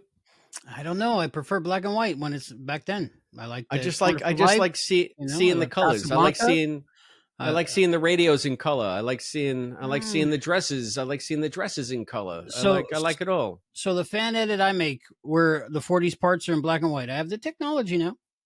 Mm-hmm. Those parts, I won't send you the copy then. It'll just be for me. Oh, but I want to see it. I mean, it's like you can watch. What's the movie that everybody says you should watch it in black and white? You just turn the color down. The Mist. Frank Darabont's The Mist. Is it? They say that movie should. Yeah, well, it was originally made in color, of course, but the fans of that movie, who are legion, and I don't know why. I mean, it's an okay movie, but they started watching it and turning all the color down and saying that it looks better as like a 50s B movie. I'll do that. You know what movie I do that with? Tom Hanks' Road to Perdition. I watch it in black and white. It wasn't released in black and white, but it's I kind of remember Road to Perdition. I think I saw it the one time. Yeah, it's good I saw in it the color. one time. It's good in color, but you feel it when it's in black and white. So I turn that color down. There you go. I don't get so creative when I'm watching stuff. So I think this should be black and white. Me, I have to convert things to 3D, so I'm a little bit of crazy here. You know what I do? I just sit down and watch something. That's all I do. I think that's what most people do. Am I doing it wrong? Most people don't move to a space station because they like the sci-fi, you know? I tell you. I tell you. Most people don't fly to New Hampshire to see a guy from a TV show 30 years ago do a part that he did in an episode 30 years ago. But I do, and it makes me happy. We went out to dinner the other day. Right? It can't be that wrong. We went out to dinner last night with some friends, and my friend Dominic knows about my Scott Bakula. He even bought me Scott Bakula socks for Christmas. That's nice. I like Dominic. He keeps his nose clean. He had them made. But I was talking to his wife, and I mentioned that we went to New Hampshire and we saw Scott Bakula, and she's like nodding. And he said, "Chris, she has no idea who you're talking about." So it's I think we're part of a rare breed, a dying breed, you might say. Yeah. When Scott Bakula goes to you, aren't you guys tired of me yet? you might be traveling around the country too much, you know? Yeah, you never mentioned on our intentional tangent before that I saw the show once. You saw the show 3 times, the way you had promised. 3 times. And you met Scott all 3 times? Yeah, that's why they call me Joey 3 times. I didn't meet Scott the 3rd time. This is what happened, okay? What happened? What happened? The 3rd time, we actually had tickets. I think they were more expensive, but it was like a meet and greet thing, you know? Like specifically guaranteed meet and greet. And a question after the audience, Q&A after the audience, for the audience after the show. And it was a short Q&A. It was called like a talk back or something with the whole cast on stage. And everybody was just asking questions, going back and forth. I'll write an article about this at some point because I took some notes. And I only got to ask 2 questions, which wasn't bad. But like it was so short, as I'd say about a half hour. And I asked like a medium question in the middle. What'd I ask? Scott, did you pull anything from your original performance in your 20s of Man of La Mancha or from Catch a Falling Star for this portrayal of Man of La Mancha? So I'll let you read the article for that answer. I was going to say, and you're going to leave me hanging. Maybe. Well, it's okay. Yeah, I'll do that actually. So you read the article, right? Leave me hanging. Leave me. And then I feel like Picard headed to his office with Beverly all of a sudden. And then that was my like middle ground question because I didn't want to end on that because that's no good. So I had an ending one. Oh, okay. But then you had the last one. The one I ended on was I saw this performance 3 times, and a lot of the people, my friends that are Quantum Leap fans, as well as me, think they felt Dean with you some nights. Did you ever feel Dean with you? And the whole audience like sighed and gasped and was getting emotional, and Scott was getting emotional, and he took a long beat, and then he gave his answer, which will be the headline of the article. Beautiful thing. So that's what happened, right? I know the answer to that one. Yes, you do. Yeah. So that's what happened, right? And then everybody leaves the auditorium. I'm leaving the auditorium because I'm thinking, well, the meet and greet is in where we met Scott the previous 2 nights, where we hung out, where we made the videos, where we got our pictures. But they have like a private dinner set up, which I would have bought tickets if I knew. I don't know what's going on, right? It's for donators of the place to dinner with the cast. Probably like patrons, like regular patrons. Yeah, I had no idea. I don't know how to find out about this stuff. I would have donated, right? Charity's good. Keep the Playhouse alive, but that was sold out. So I was like, okay. And then I was like going outside to meet with people that I had met the nights before because I had said, maybe we'll meet up and I'll say hi or something like that. And so I was in a state of confusion. But what I didn't realize was the meet and greet this time was in the theater in the barn part, with Scott and everybody. So we just kind of hung out in front of it for a while and nothing was happening. So we left. And then I didn't remember that part was in there. So we missed the third night. So wah wah. Only you. Yeah, I got confused. I got flustered. I got confused. I was like, too much stuff going on. I was like, well, he's not there, so I guess we go. I don't know. Because it was roped off private event. I was like, private event? I don't understand. So, but then I get back to the hotel and I'm flipping through, all the media, social media, and there's people in the barn, pictures with Scott. I was like, oh! Why? How did I do it? How did I forget? Yeah, how did I forget? But instead, I went to Vermont and Massachusetts. So. I was going to say, instead you were in Brattleboro and... Yeah, Brattleboro. I got a story about Dublin. that one time. Ask me about that. Okay, sounds good. It has to do with dogs and ice. Funny. I feel like I heard that story. I love the lamp gag in this episode. There's some funny things in this episode. The lamp gag where Picard goes to move the lamp. None of them have any concept of early 20th century technology, so they don't know lamps need to be plugged in for them to work. Yeah. and what was it? Data moving it around, right? Yeah. And then Picard takes the cord and he knows about that and he plugs it in, and Data's like, oh, I just thought that was funny. But I've used that 3 times in real life, and it works. Because I have yes and friends. Yeah, the lamp gag. Gotcha. So it works out. I like things. that. What things did you like about this episode? I like the way that they wrote for Brent in this one, and I don't know that we've seen Brent play against type like this. I mean, they this is did the first time, I think. They did more of a Data thing with, well, not really. Where No Man Has Gone Before, he did the drunk thing. And the Sherlock Holmes thing. Did they do He Holmes was doing yet? The Sherlock Holmes, yeah. Did we get Holmes yet? Yeah, he had the pipe, put that pipe out. But have we seen it? Oh, yeah. The small part, but not the episode. I got you. Oh, no. It was just that he had discovered Holmes, and he became then obsessed he had a thing with Holmes. this.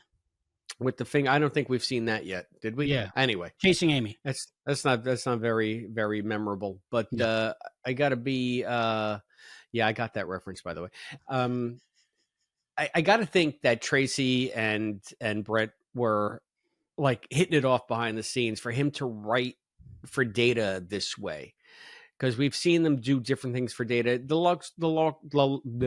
Haven. The Loxwana, I can never say that word. Loxana episode. Loxana. Which Tracy also wrote. We have our first kind of Data-ism when he is just observing humanity and commenting on it blithely without realizing the social parameters that he probably should be adhering to as well, just as far as maybe not saying certain things, maybe not commenting on certain things. And that reminded me of the scene in First Contact when the Borg Queen says, "Do you always talk this much?" And he says, "Not always, but often." And that's classic Data to me. So I feel like Tracy's finding aspects of the character that will become lasting aspects of the character, things that other writers run with. And that first one in the conference room at the, I guess it was the rehearsal dinner for Troy, was one of them. And now this, just him completely immersing himself in a character and being someone besides Data, emotions and all, smiles and frowns and surprise, everything. He's being grilled. Yeah, I like it. I like it a lot. So that's what I really liked about this. I like Brent in this episode quite a bit. I love that he could do it, but my brain told me if he can do that, he can act like a normal person. Oh, no, of course. And that's another thing. They're trying to figure this out as they go. I mean, Data becomes progressively more Data and less dynamic as the series goes on, as they find a groove. And I guess that's how they want to tell his story and portray his arc and all that stuff. But right now, we're still in the Wild West. It's only episode 12. Nobody really knows who these characters are. They're just writing them the way. Data still has that creepy smile, that ungodly uncanny valley smile going on, and so he's a much more interesting character in these earlier episodes. I got to be honest with you, he's a much more comfortable character, and as he goes on, you get to know him, and the shtick gets laid down. But this is another instance where it could have been so different. I think. I never read the book, the Dixon Hill book of the Next Generation novels. Have you ever read that? You said you don't read many Next Generation novels, right? No, I've never read any Next Gen novels. I think I kind of do though. I kind of do want to. So, I've never read that one. Yeah, it's officially licensed. What's it called? Dixon Hill book. I okay. forget. I saw that on the Wikipedia page too. And it's not by Tracy Torme. I don't think it's by I would have Tracy. read. I would have read it like instantly if it was. I think it's probably good. I don't know. I like those TV tie-in books. I got a friend that wrote a couple. Yeah, they're not bad. They're not half bad, most of them. I was never a Next Gen fan, so I was never interested in reading. I read a million. I have a million Star Trek books right here behind me, but I never read Next Gen. This is my hope. My hope is you find a love somehow for Next Gen that compels you to read all the Next Gen books. And I am that person, that catalyst that kicks off that part of your life. Do I read the standalone ones like the old Star Trek TOS series used to be, or do I read the continuation ones that take place in like serialized format after All Good Things? That's a good question. I would say both. Some of my favorites take place between the series and the movies and during the movies, but the ones that take place contemporarily with the series are really good as well. I mean, they really did good on the ones I read, but I read the time travel ones. I read the mirror universe ones. I read the ones that have a hook for me, something I got. Something I got interest in, not every single one. You always know when somebody's going to get knocked down because they're wearing knee pads under their suit pants. I'm just saying. I didn't notice that. I'm so glad that I don't notice what you notice. You need a bigger TV. I need a Blu-ray is what you're telling me. A Blu-ray and a bigger TV. I want to see if anything else that I have in my notes here. I mean, we're just all over the place here. We are. We're having fun. It's a fun time. We don't have to criticize so much because we haven't talked about. Yeah, we haven't talked about I guess it's the A plot or the co-A plot. With the Viridans, with the insects, with the insectoids. I'm just so stupid.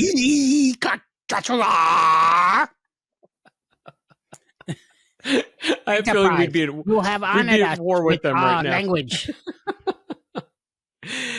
I don't understand that. Was that supposed to be comedic? Was that supposed to be like why? First of all, so you got to speak to them in their insane language. You got to figure they're bug people with shit. I'm picturing bug people. Chitinous mandibles, right? Yeah. Like this, right?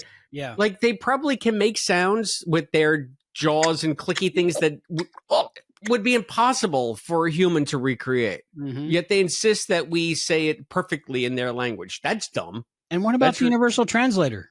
Exactly. It's an insult to use the Universal Translator. I guess. And also, why do we need to open up relations with these people? We tried to say hello to them, and they imply in the episode that they basically handed our asses to us for some reason. Why do we need to go back? Do we need to be friends with every freaking planet in the sector? Do we? I agree. But it's not up to the Enterprise crew. That's their mission. So someone at Starfleet said that's a good idea and put that. But what do they got? They got dilithium on that planet or something? Shellac, which is like a bug thing they use for confectionery sugar. I guess, yeah, right? They're just melting down carapaces over there. I don't know this. Maybe you can look it up. But the voice of what is it? Shellyak? Is it? No, they were called I put it in my thing, the Gerada. The Gerada. The voice sounds a lot like the lady that was in the Dolphin, and I have trouble saying that one. Have you ever seen that episode where Wesley gets a crush on some kind of princess? Oh, the Dolphin. Yeah. You know what she sounded like to me, or what the bug? What it sounded like the Telosian in the cage. I could see that. Yeah, it had that same flavor. My thought on the B plot, A plot, I don't even know what you call it. Is that like they didn't trust the one story of the holodeck story to carry the episode, which I think is a mistake because it didn't need that part. All it needed was Dixon Hill.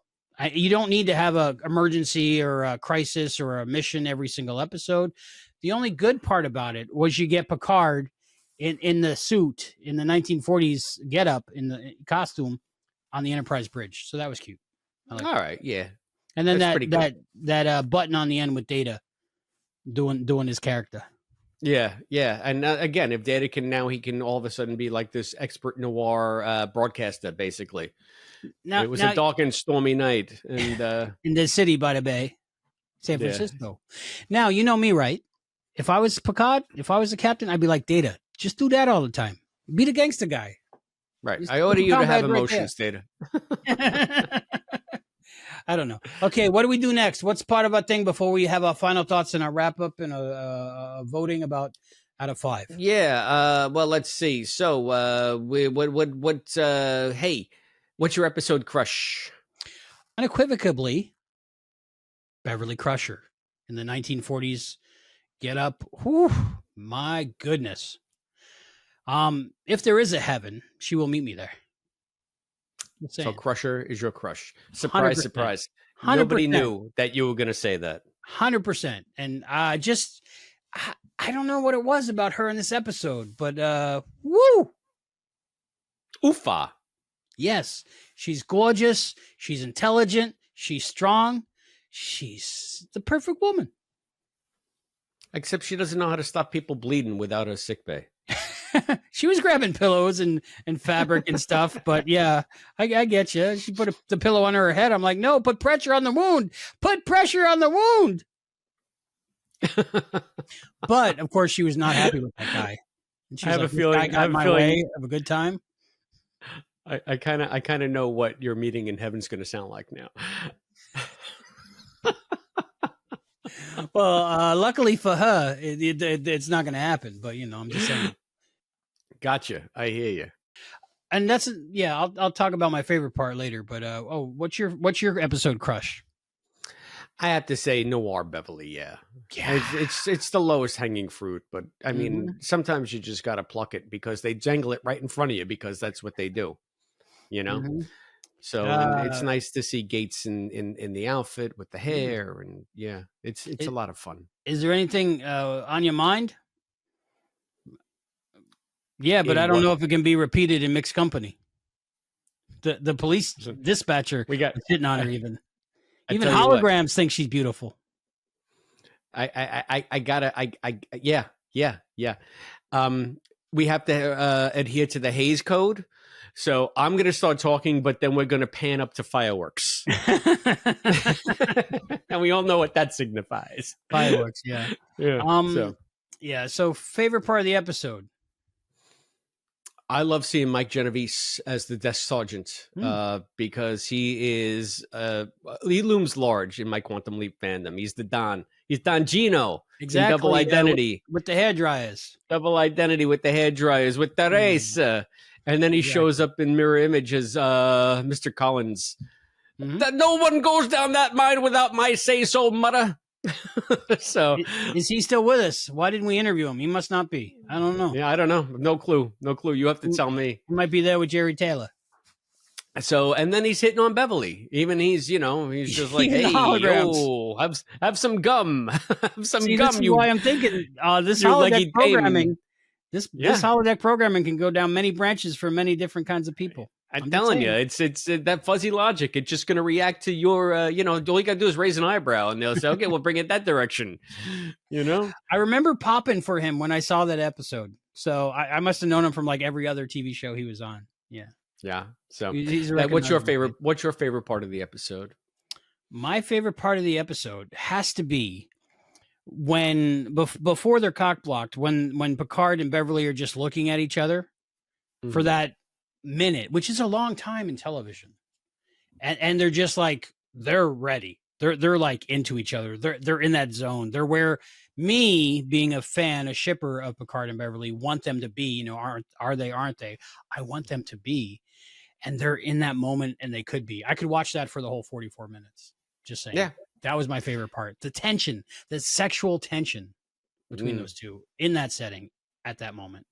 And then their look of utter horror, disgust, and disappointment when it gets completely undercut. They should have had their phasers on stun. Just stun those two people. I'm telling you. The robot and the historian McGivers. Goddamn robot. What was his real name? It wasn't McGivers. That would have been funny.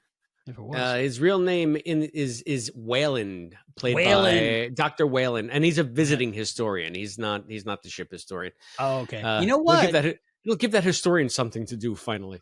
I like that he did the act right before he got shot. Give me the gun. Yeah, he was having fun too. Everybody was having fun. David He had a fun Selberg time. was his name. He Fun did a time. good job. He did good. Never saw him again because he got shot. And he's like, I'm leaving this ship. Are you kidding? They put me on a holodeck. It's not what it's all cracked up to be. I'll go back to my dusty library and read about this stuff. I'll tell you, if I had a holodeck, I'm going in alone. I'm just saying. I would go in there with Beverly. I'm just saying. Well, she would be holographic in my holodeck. I don't think she'd hang out with me. But I got a Beverly story. But I think Leah Brahms will have something to say about that eventually. Anyway, so other things. Intentional tangent in the episode. Did you get piece of the action vibes from this episode? I didn't. I didn't even think of it. And I think because they didn't go full on farce with this. No Fizbin. No Fizbin, no purple felt fedora, no Scotty beam down some heaters, blah blah blah. And I have to say that is probably due to Lawrence Tierney and just the gravity that he brought in as Cyrus Redblock. He was good. He was amazing. And I thought, Felix, the character of Felix Leach, you had to have the analog for, you had to have that Maltese Falcon analog Weasley of guy, Peter Lorre. Yeah. So I don't want to watch Maltese Falcon again. I got it on 4K, just saying. Harvey Jason was the guy who played him. But I feel like there was enough grounding in the genre and they didn't subvert it all of a sudden like they did with Piece of the Action. I mean, Piece of the Action is all over the place. You got like people being gunned down in the streets in cold-blooded murder, like just mass murder.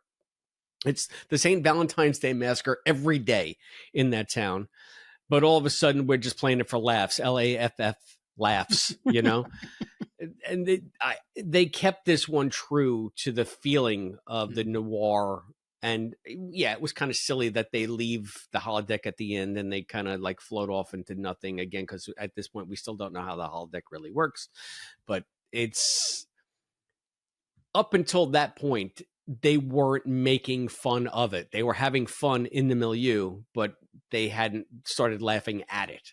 And I feel like Piece of the Action was laughing at it at the end, It might have been the genesis of, how they were very copy-pasty for season 1, maybe 2 of Next Gen, of the original series. So it might have been the genesis of the idea. Like, what if we did something like that? That was a fun one. We really haven't done noir, so maybe let's go that direction this time. Did you get Piece of the Action vibes the first time you watched it? Or is that just in retrospect, having read different things about just it? Lately I've gotten that when we've been going through it and looking at what they might have pulled from the earlier series. So gotcha. Yeah, it's totally different, but just maybe it's the wardrobe, because I'm thinking of using this wardrobe for Piece of the Action when we. Yeah, you know what? It just occurred to me. I should put on my reading glasses and I'll look like Bella Oxnix. That'll be perfect. Yeah. But the performances in this episode is really good. Let's go down there. I just want to talk about that. I'm sorry, but the guy who played the police chief. Hey, Kreko! Oh, wrong guy. The police chief, I don't recall who he was. McNary? We'll go with that. Gary Armagnac. Very good. Very heartfelt. Armagnac, I would think. That's I love that scene at the end. We talked about it earlier, but I think that really was a good ending for that story, because that wasn't the chief. Okay, you got the wrong guy. The wrong guy. You're thinking of William Boyd as Dan Bell, the guy who comes to the office with the bottle of hooch. Yes, and they have the final scene together. That's Dan. That's the character is Dan Bell, played by William Boyd. That was William Bell. Boyd. Yeah, he wasn't the really chief. good. He was just a cop. Him and Lawrence Tierney as Cyrus Redblock. Those were the two standouts for me, just because they both. They had a sense of reality, and this episode could have been taken in a different direction where it wasn't played for realism, but both of those characters were very real in this episode for me. Lawrence Tierney, Cyrus Redblock being the heavy. I really like a bad guy that has power, and he doesn't need to boast about his power. It's just innate, so he can be soft spoken and everyone listens to him. I think that's like one of the best kind of villains. Okay, yeah. And he's also just got that. He's menace all the way down. So it's just like, you can't get better casting. And he was a veteran of the genre. Like, he was in these kinds of movies. Oh, when really? he was a younger man. Yeah. I'll So have to check out the IMDb for that.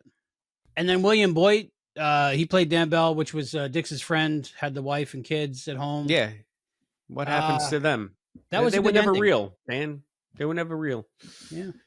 Yeah, but I mean, again, it's like they're trying to do something a little bit more, like a little bit more philosophical. Like, are they sentient? Are they not? Who knows? But of course, what we'll happens? never really know now unless it's written down somewhere. But I gotta say, think it's the Tracy Torme influence on the whole episode. And one of my favorite shots of the episode is as Picard's walking out of the holodeck, and Dixon Hill program goes dark. You actually see the stage lights that are lighting the stage of the filming of this episode turn off and go dark and fade dark, which I think is amazing. It just, that part touched my heart because I felt for that guy who thought he had a wife and kids at home, but he's not real. But I felt for him. And that means they did a great job. So just saying. Yeah. And again, I couldn't help but think of Vic when they said, don't you like, where do you live? What do you do? He said, well, I have an apartment, and I remember it. I know it, but I've never been there because you guys always turn me off when the act is over, So it kind of suck to live like that. It really does. Yeah. I don't know. Yeah. I feel like they could have made the holodeck into a much more thornier and much more, I guess, fodder for much more interesting philosophical explorations. But every time we have a holodeck episode, it's just pure fun, farce, malfunction. And that's for the most part. Stay tuned. Yeah. Stay tuned. Yeah. Just saying. So, okay. All right. So, what do we got next, my your friend? favorite. Was there 47? I don't even look for them. I don't know why you put that in there. They're in there a lot. You'll notice them. I didn't notice them in this episode. Maybe it hadn't started yet. So when it starts, I know that they're in there a lot. I feel like everybody else does the 47 too. Why do we gotta? Yeah, I don't know. I don't know. Is it time for trivia? Okay, who's asking who? I'm asking you. Yay, that's good. Oh, by the way, Rennie watched our show and she said, "Oh, they're right on the shelf where they should be." So now I have them. Oh, good. There you go. So we found them, is what you found saying. them. She put them on the shelf where they belong. Okay, thank you. Me, I just had everything in a pile in front of me. Man, oh, Shevitz. All right, you got me for three questions. Three questions. All right. The first one is, we're like filming in the dark here. Who kills Kyler in the Next Generation episode Reunion? And it's K''EHLEYR. K'Ehleyr, yeah, Susie Plaxton. That would be Duras. That is Duras. Says Duras. I remember that part of that episode. I was like, Worf straight up murdered that dude. There you go. But he took his combat badge off first, so it's okay. Yep, he dropped it on the desk and it falls down on the floor. Yep, and they kept it in, and he straight up murdered that dude, but he had it coming. He murdered his wife. Klingon honored. You do not murder a man's wife that owns a bathleth. I'm just saying. All right. So that's where the saying comes from. You won for three so far. Murder a man's wife that owns a bathleth. Yeah, that's a bumper sticker that I have. Yeah, I saw that.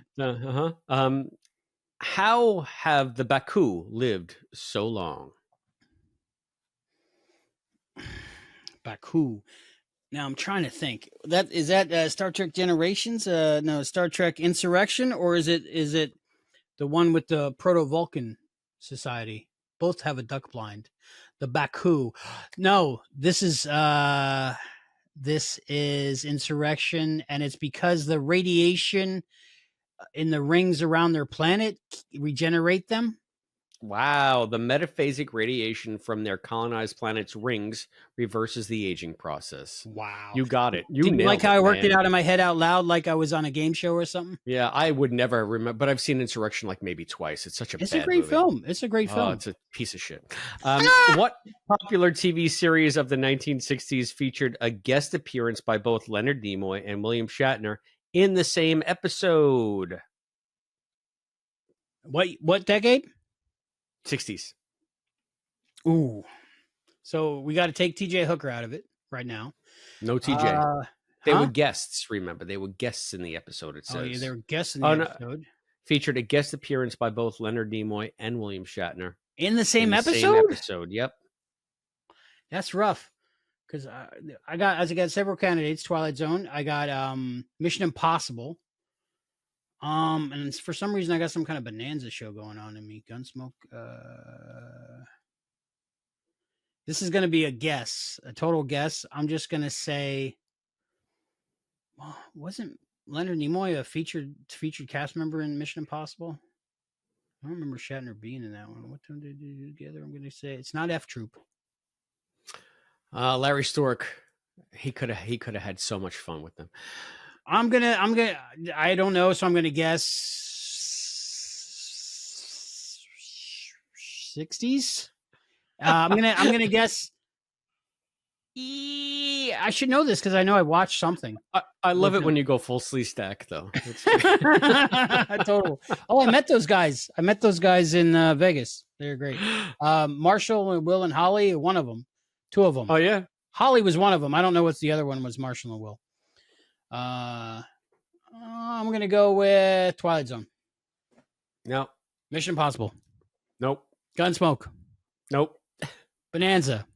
Just keep naming TV shows. You might get it. The Love Boat. Nope. What's happening? What's happening now? What's happening now? Brady Bunch. Davy Jones. Brady Bunch. I think I got this one wrong. Which one was it? It was The Man from Uncle. Oh, you know I got that on Laserdisc? I do. The name of the episode is, so now you know the first one to watch is the Project Sturgis Affair. Okay, I'll watch that one. Yeah. Project Strigas Affair. I know I've watched in the past, so I because I remember hearing about that. That was one of those things you hear about. So, yeah.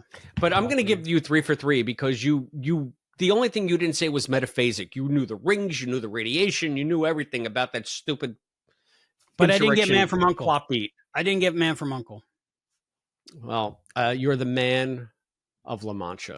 I am. So I mean, that's a little bit better. Don Quixote, There we go. Lord and we of bring La it full Mancha. circle. I come and I go. I don't know the words. I saw it 3 times. You would think I did. I was going to say, you remembered a lot of it, though, with Little Bird. Little bird. I like him. I really like him. Oh, my God. It was almost as terrible as Albie's making it sound. I lie. I kid. No, I kid. It was good. It was terrific. It was fantastic. I was in heaven because I looked at thee. I really was. I cried at the end of the 3rd performance. Good. I wish I would have seen 2 more. I really wish I would have seen it twice more. That's how good. The once was enough for me. It was we're plenty. different people. You know, look at me. I'm a goon. I live in a space station. You're respectable. You got a family over there. You keep making like these fish jokes. I don't understand why. He's being grilled. He's on ice. Okay. What's next? What do we do? Trek and Tell. So I got 2 out of 3. Trek and Tell. Well, you got a Trek and Tell? I did, but I can't find it. I think you got a new one. Oh, well, yeah, I guess we could use that one there. Woo! Yeah. That one there. But I was going to, for this Trek and Tell, I was going to bring out my copies of my Raymond Chandler books and my Dashiell Hammett books. Dashiell Hammett wrote The Maltese Falcon. Raymond Chandler wrote The Big Sleep. And there was another... Yeah, so, I mean, I have a Raymond Chandler collection that I read. I got to be honest with you. Big Sleep. Good. I have tried to read noir stuff before, and quite frankly, it bores me. I've read a bunch of Dashiell Hammett because I love the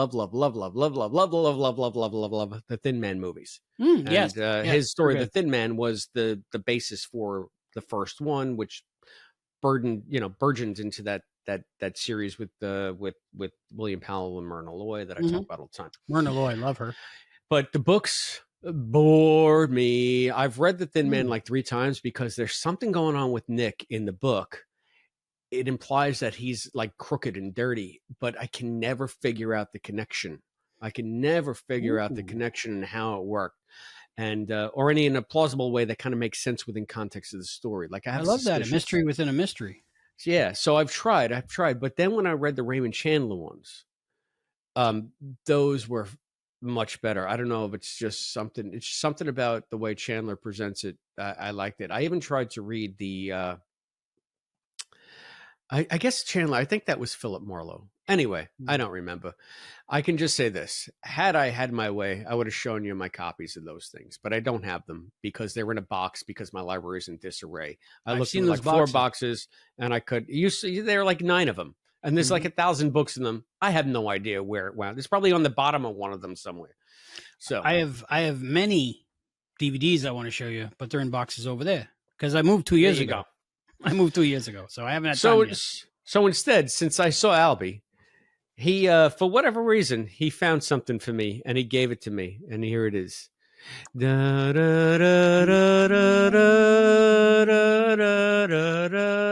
Ilea Probe.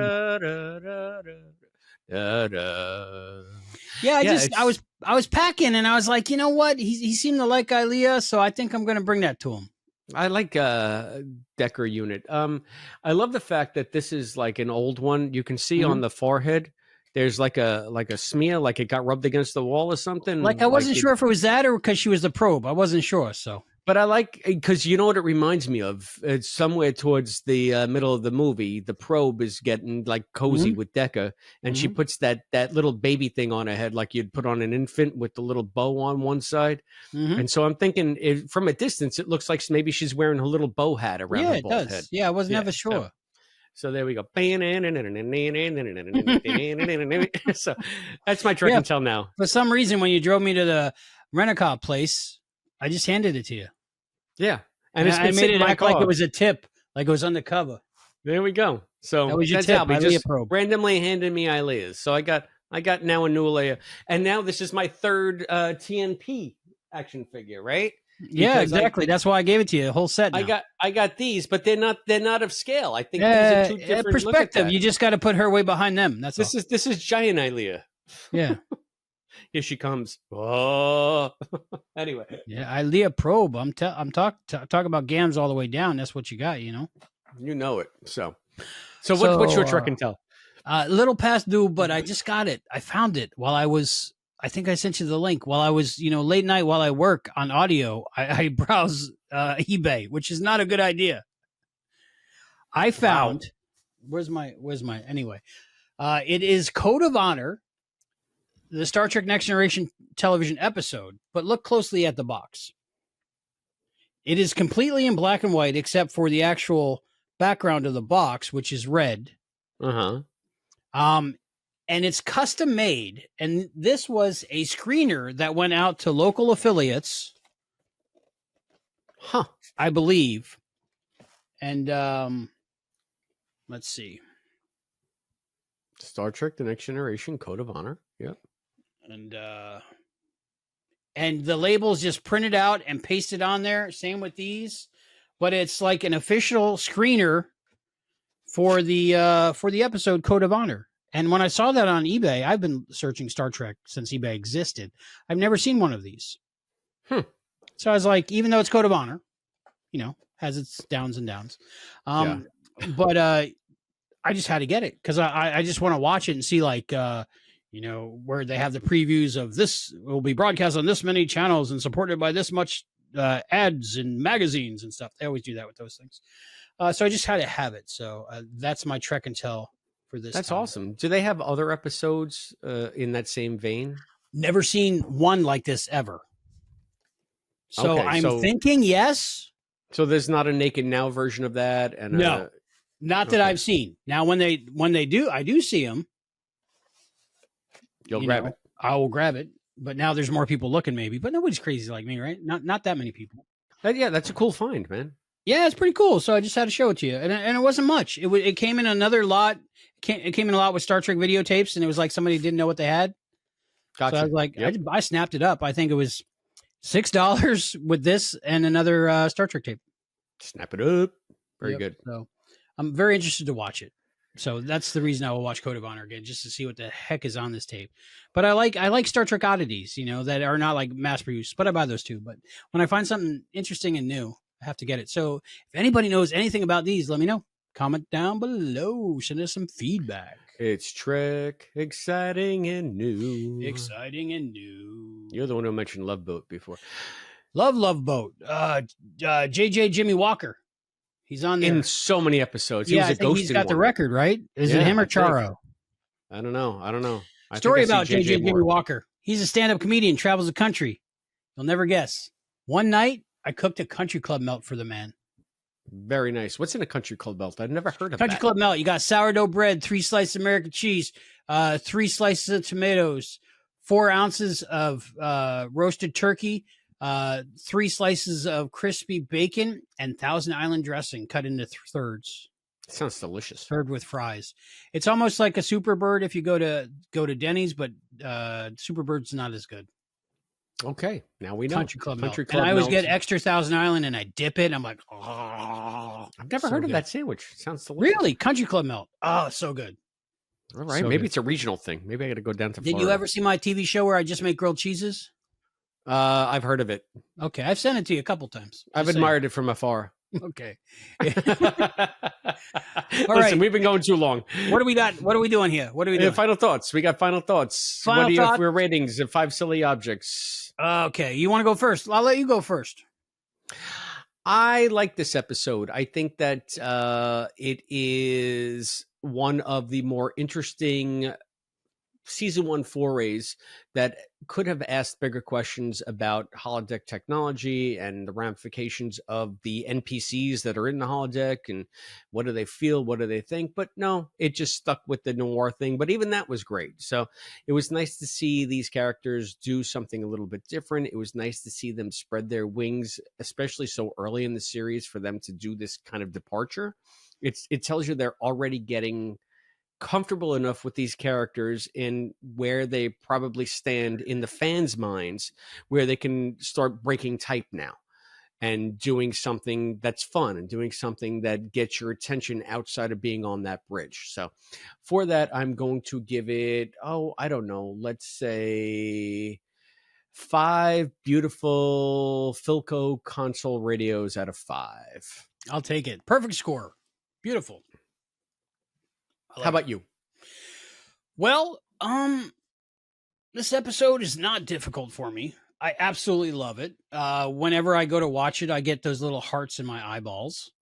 Not only because of Beverly and because I ship Beverly and Picard, but the whole noir thing. I really enjoy that. And I believe, like, it's hard to remember because I'm getting up there. I got they gave me the senior plate last time I went to Perkins. I was like, me? I'm not a senior. I'm not an ARP. Why you give me the senior plate? I guess I look old. But I think, if I think back, this was my first exposure to noir. And it sent me down a rabbit hole, a journey during my life that made me appreciate old films, especially in the noir setting, genre. And I've experienced so many cool stories that I think people for my age at the time might not have went back. I've met many people that are like, black and white, I'm not watching that. And it's just like a strict cutoff for them. And I'm like, you're missing so many good stories and they just don't realize it. But it just sent me down that rabbit hole and it gave me a love for noir my whole life. And for that, I applaud it for Tracy Torme for doing that story so good that made me want to explore it more. And the episode itself is a great story. Doesn't quite fit into everything Star Trek that they established before or after, but for that episode, for that story, it's really good. And it touched my heart. Cool. So for that, I'm going to give it, out of 5, I'm going to give it 10. The items. The item. We don't know what the item is, though. We never find out. If Picard read the book, you think that he could just, to circumvent the whole danger, he could say, oh, yeah, the item is here. Here's the item. I don't need it. Yeah. That's another good thing about the episode is once they realize the safety protocols are off, then they're not playing along anymore. They're just grabbing the guns, punching people, bending guns. And they're like, no, wait, we got superpowers. You're a hologram. I like that. Well, I gave it 5 out of 5. You gave it 10 out of 5. We want to know what everybody out there listening and watching gives it. So please hit us up on patreon.com/Treksploration and comments on the entries for this episode. You can also do it right here on the YouTube channel at youtube.com/@Treksploration. You can find us on Instagram at TreksplorationPod. You can X us at Treksploration. You can email us, TreksplorationPod@gmail.com. Hit us up on the phone, 707-847-6682, and send all of your items, or the item, to P.O. Box 542, Bayport, New York, 11705. So, hey, Dix, where do we go from here? Okay, next on Treksploration for TNG, we got Datalore, season 1, episode 13. We meet Data's brother, Datalore, and we get the screenshot of one of the most important memes on the internet of all times. Of the internet memes? We got Data and Lore trying to figure out what the sign says. So that's in the next TNG episode. But before that, go to our Patreon, go to our YouTube, check out our next bonus show, which is what, sir? It's been a long time that I've been waiting to talk Enterprise. And it's Broken Bow. It's the premiere of Enterprise. Enterprise with a hot chick named Paul. I've never read the lyrics of the song, but I like it. You are just not good at freestyling at all, are you? I'm not. Mom Spaghetti. That's something, right? I don't know what that means. But yeah, so we're doing the premiere of Enterprise, Broken Bow. And I'm so excited to talk about the premiere of Enterprise. Bow. It's going to be great. I love the theme song. I love the show. I met the guy. I met the captain. I think you met the captain. We'll talk more about that. Yeah, that guy. That bonus show. Hollow emitters in the corridor. Just thought of it. Outside the holodeck. All right. Would you agree? That's the only way it all works. Why not? Okay. Sure. Let's give it that. So we'll see you next time for Datalore, and check out the bonus show coming up next for Broken Bow, Enterprise Season 1. We're going down that long road, getting from here to there. And I love it. I love it too. That's a weird accent. I don't know. Work on it. So, I love it. I mean, we're all over the place with accents tonight anyway. Yeah, I don't know.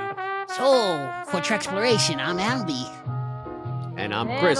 Yo, Dix. He struck me. Let me shoot him. Boss, let me shoot him. Maybe later. Treksploration, I'm Albie. I'm Chris. Have a good one, guys. I'll see you next time. See you next time in the noir. Deep in the noir. I'll be waiting, honey. Dark in hallways, in the mist and the moonlight.